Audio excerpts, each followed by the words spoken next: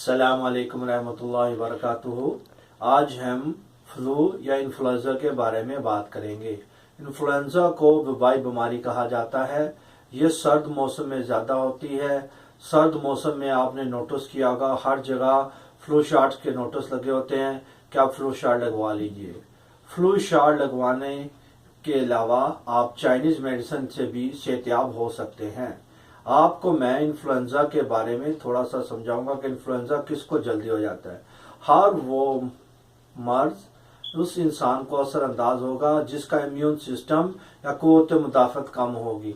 इसकी एग्जांपल हम एक घर में ले लेते हैं। एक घर में 5 अफराद हैं। हर फर्द की क़ुव्वत मुदाफ़त डिफरेंट है। उनमें से इन्फ्लुएंजा उसी को अफेक्ट करेगा जल्दी जिसका इम्यून सिस्टम कमज़ोर है और वो जल्दी बीमार हो जाएगा। इन सब से बचने के लिए हकीम जाली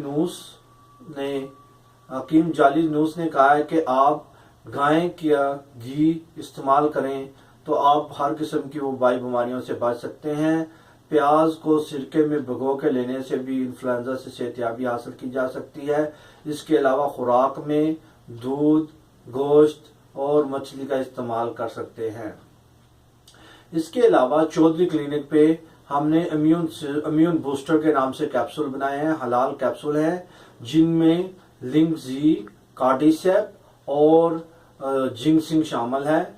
आप ये कैप्सूल खाएंगे तो आपका क़ुव्वत मुदाफ़त बढ़ जाएगी और आप किसी किस्म की वबाई बीमारियों से बच सकते हैं। मज़ीद मालूमात के लिए आप मुझे कॉल कर सकते हैं 4167781390 या आप मेरी वेबसाइट विजिट कर सकते हैं www.chaudhryclinic.ca।